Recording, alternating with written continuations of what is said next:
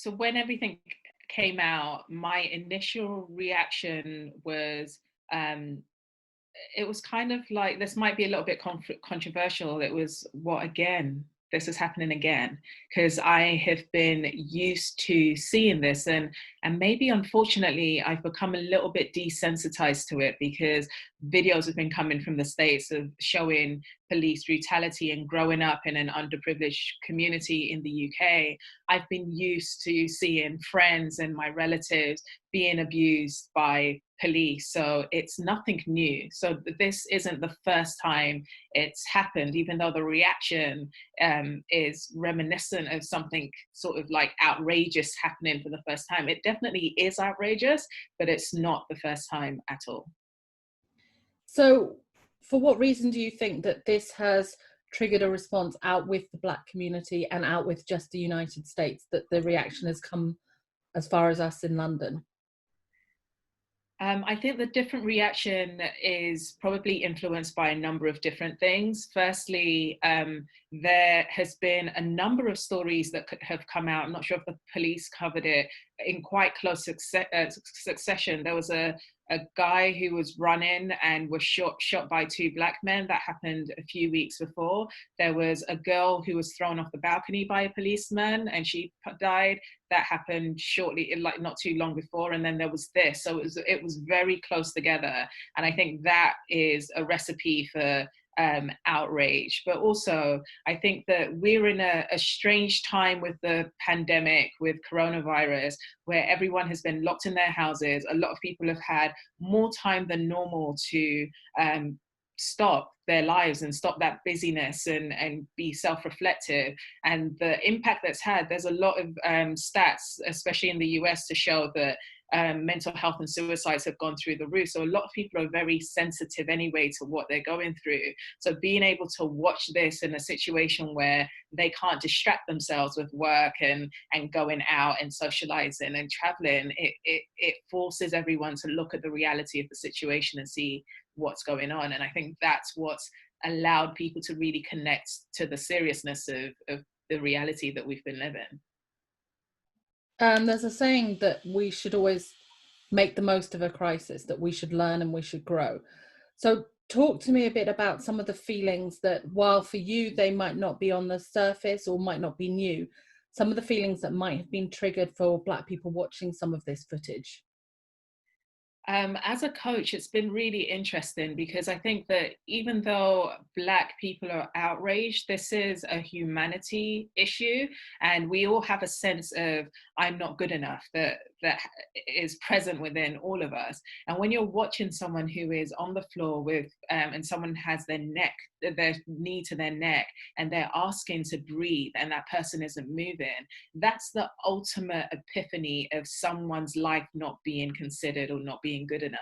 And we can relate to that. So it's almost like a magnified reflection of what could be possible for us if we're not cared for or we're not seen and heard. So I think that's what has invoked the reaction that has been invoked. Even though it's become normalized for me in a sense, it's still something I'm passionate about in terms of equality. If we could have a united world, that would be amazing. And I've been trying to do my own part to do that. So I think that what is happening is this, a lot of white people that I'm speaking to and white people that execs that I'm coaching are expressing this guilt that they feel, and almost starting to realize a level of unconscious bias that they have and how they might have contributed to the issues. And Black people are angry and frustrated, and they want things to change. And I think both sides want change, and both sides are coming at it from a different angle. So yeah, I think it's just, everyone is just really emotive right now. And I think it could be powerful if that energy and those emotions are channeled in a way that can sort of drive everyone to positive change. Let's talk a little bit about the situation as it's been allowed to become very political in the US. And I think that that has added perhaps another layer of distress to people. How do we make sure that it is seen as something entirely separate from any kind of political situation, that while that may have led to what has happened. As you mentioned, it's an issue about humanity and is a long-term challenge, not a short-term one. So it's really complex with politics, because I actually did a Google search and I Googled Black Lives Matter, and the interest for Black Lives Matter peaked in 2016, shortly before the elections as well. So there could be conspiracy about, is this planned, and if there's something going on, and it may be and it might not be. I think what's important is that in terms of politics, they get separated. Well, it's hard. I think it's probably not fair, because it's a systematic problem. So politics is relevant, but we have to disconnect on some level from the emotion when we're thinking about what solutions can we put into place. Because if we're coming from an emotive place, we're going to be very reactive, and those reactions are likely not going to provide the solutions that we want to provide. So it's how do you decipher, and how do you get back to the localities, get back to the individuals, and get to the root cause of the needs, instead of projecting. Because usually when we're hurt and we are put in a place of powerlessness, we look for something or someone to blame. And when we're looking for something or someone to blame, we're giving our power away. And it's really important that we just find a way to calm down, reflect, and look at the bigger picture, and consider, what is it that we want to achieve. And on both sides, it's peace and unity. So if as a Black person, if I'm angry and I'm blaming white people for the situation that is, it's not necessarily going to encourage a white person to want to do something if I'm making them feel bad about it. So it's, how do I create a space so that I can be allowed to express my feelings, because it's okay to be angry and it's okay to be frustrated, without ridiculing or putting someone down in the process, with the hopes that I can transfer my pain and they can feel it in that way. Communication doesn't happen when that's at play. So on both sides, we need to create a space for actual listening, because when we can get into each other's worlds, we can understand why, say, my white colleagues or counterparts have not realized the systemized unconscious bias that they've picked up along the way, and how that's actually having an impact. The fact that I'm seeing in some videos of protests in America that more white people are showing up is showing that people are starting to wake up. So now we can have really effective, positive conversations about how we can work together in order to move things forward. And it's less so about the politicians and the leaders, because they've got their own ulterior motives, and we should look at how we can drive the changes on the political levels based on what we're doing on a local level. So you mentioned about how blaming other people gives away your power. It's a natural human reaction. It's probably the natural first reaction. So how would you coach somebody, that's a young Black person who's maybe been sheltered from some of this, and that this has brought up feelings they didn't have before, maybe triggered some mental health issues? How would you coach them through that? So I think it varies, and it depends on the person. I'm coaching a group of Black entrepreneurs at the moment, and the last call was it was kind of hijacked by everything that's going on, understandably. So we created some space for everyone to speak, and when they went round individually and spoke about the triggers or the frustrations or the feelings that they were having, it was just another extension of issues that they're having in other places. So how we do one thing is how we do everything. And if you feel, so for example, one of the young ladies I was coaching doesn't feel like she has a voice and feels like she can't speak. And when I asked her what she is struggling with this, she said that she feels like she's not allowed to say Black Lives Matter. And it's just an extension of other areas in which she feels like she hasn't been able to speak. And I've noticed that in every conversation that I've had in a coaching situation, the impact is, what is the insecurity I have? How does that manifest everywhere else? And how is this highlighting it even more? So by understanding that the issue out here is happening, yes, but what is it showing you about yourself? Where have you not honored your needs, and where have you not set boundaries for yourself? Because until you're able to do that for yourself, it's going to be impossible for you to do it for others, and for you to expect it to be done to you. So I think that change needs to happen on multiple levels. There needs to be space created for people to be expressive, and people who are sad and angry, it's okay to be sad and angry, but in order to I guess intentional with the sadness, and have the intention that you want to move out of it being more powerful. And if you can have that intention, it will allow you to analyze what you're feeling and see what's coming up, and look at what parts of your life where you may have given away your power, or lost control, that you can regain it. And maybe there are some conversations that you need to have where you haven't spoken up when you've had any injustice or you've been discriminated against, because every time you haven't spoken up, you're diminishing your sense of self. So this is an opportunity for us to look at the way that we react, because there's a programming in the Black community, and I was victim of that I just need to work as hard as I can. I have to work harder than everyone else. If I experience discrimination, I'm not allowed to say anything. Well, no, of course you can say something, and you can share without that fear that it's going to result in you being fired or losing your job or being apprehended. If you do it in a way that is coming from a place of love and coming from a place of understanding, instead of that anger and hurt, it's really hard for someone not to hear you. So I think the first thing is to look at what is it bringing up for you, and how can you then use it as an opportunity for you to grow and permanently free yourself from any mental shackles that you've created subconsciously over time. I think that's one of the key things that maybe we talked about, how the lockdown was maybe affecting people differently, that a lot of people have had time to reflect on their own agency and what is important to them, and giving themselves permission to feel negative things, but also to understand that the power within comes from changing those negative things and actually using it as a person to grow. So I now would like to ask you, Linda, how are you coaching white people to be better allies, whether in an organization or in a community? And what steps can somebody take just individually, and what steps can we take organizationally as well?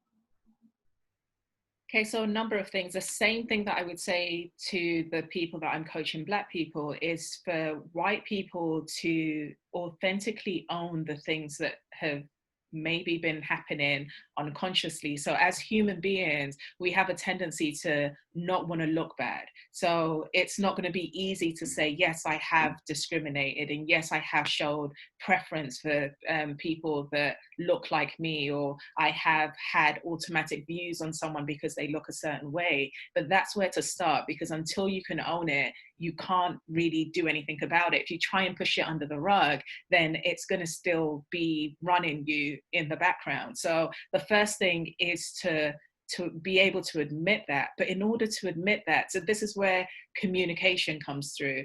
If a Black person is angry, rather than a white person shutting down, it's how can you create space for that person to fully express themselves without you making it mean anything about you, and listen to their pain and listen beyond the emotion to hear what they're actually saying. And that creates a space for them to then create an opportunity to listen to you. But likewise, on the people who are feeling anger and feeling oppressed, it's really important for them to be able to understand that some of the behavior and experiences that they've had have not been done intentionally. People are just reacting off what they know, what they've been taught, the areas they've grown up in. So by also too, there should be an inquiry. If someone said, I think someone said, I get angry when I say Black Lives Matter and someone says All Lives Matter. And I said, well, how about if you were curious and you asked, what's making you say All Lives Matter?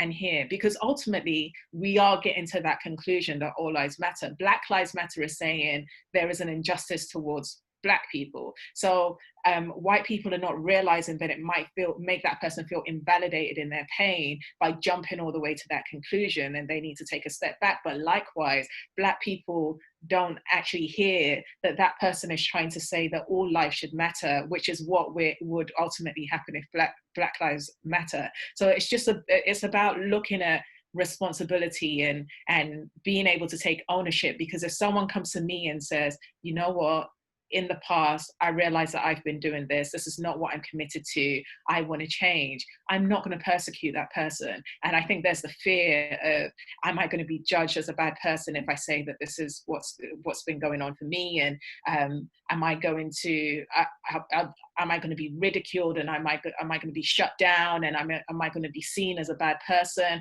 If you take that, even if that's the case, that's the first step. Once we all take ownership of the part that we have to play in this, then we can work together to look at how things can move forward. And in terms of white people being allies, I think it's really important that some white people who are, so I've said to some Black people that I've had a conversation with that it is impossible for us to be able to expect a white person to understand what it's like to walk in a Black person's shoes. They will never ever walk in a Black person's shoes. So we can share, but it's just impossible. You're not going to know. So rather than trying to it's trying to empathize from a place of, I get you, you'll never get me. So then that feels like a bit of a dismissive. It's like, you can say, I hear you, and I can imagine how that feels. And then I think as an ally, it's really important for you to enroll other white people in what has opened up for you and what has changed for you, because there are some white people who have got privilege and have no incentive to change. Why would they? If the world works in their favor, why are they going to change? But if they're hearing from someone who they trust and is in their inner circle, who can have the opportunity to open their eyes, then that's fantastic. That's going to be more powerful than a Black person trying to enroll that person that's completely locked off or not interested in hearing from changing. So that's one way. Another way is by taking tangible action. So in the same way that Black people experience discrimination and are kind of trained to ignore it and just work harder, it's the same way that white people might see discrimination and just keep it moving and not say anything. You're not an ally if you're not standing up for injustice when you see it. So what tangible steps can you take, whether it's in your community or in your organization, to be a stand for not allowing this to continue anymore? Because by calling things out is how things are going to change. And just finally, do you think that the combination of timing and everything else means that this is the moment that it changes forever? Or do you fear that maybe it's in a year's time we'll still be having the same conversation? I don't know. I think that emotions are high. People are paying attention. People are taking action. They're getting out on the streets and they're standing for change together. There have been protests before. This is not the first protest, but there is something feels different. So I think it's hard to predict whether this is going to be sustainable and whether anything is going to systematically change until we start seeing those actions being taken and until we start hearing different stories from Black people in terms of their experience. So that might take some time. It might happen quickly. I think it just depends on who or how people rally together and take tangible actions and are seen to be doing things differently and having different conversations. So I think this is definitely a point in history that could tip the scales, but we won't know. It's easy for us to be emotional and talk right now, but the action is the hardest part. So we'll see what comes of it from both sides.